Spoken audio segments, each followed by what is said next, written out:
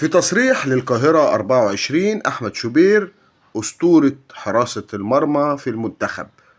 لم أتخيل يوم أن يتكرر اسم شوبير في كأس العالم بعد 36 عام.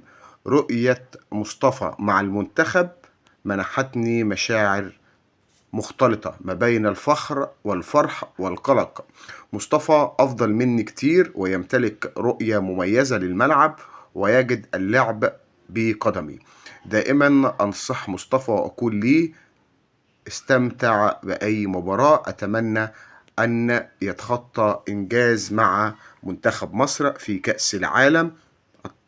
توقعاتي تأهيل مصر من دور المجموعات إنها تمتلك لاعبين على أعلى مستوى. مباراة مصر وأستراليا ستكون صعبة من الناحية البدنية بسبب القوة الجسمانية للاعبي منتخب المنافس. المصدر عبر حوار الاتحاد الدولي لكرة القدم فيفا. تمنياتنا لمنتخبنا الوطني اليوم ببلوغه دور ال16 والفوز على منتخب أستراليا.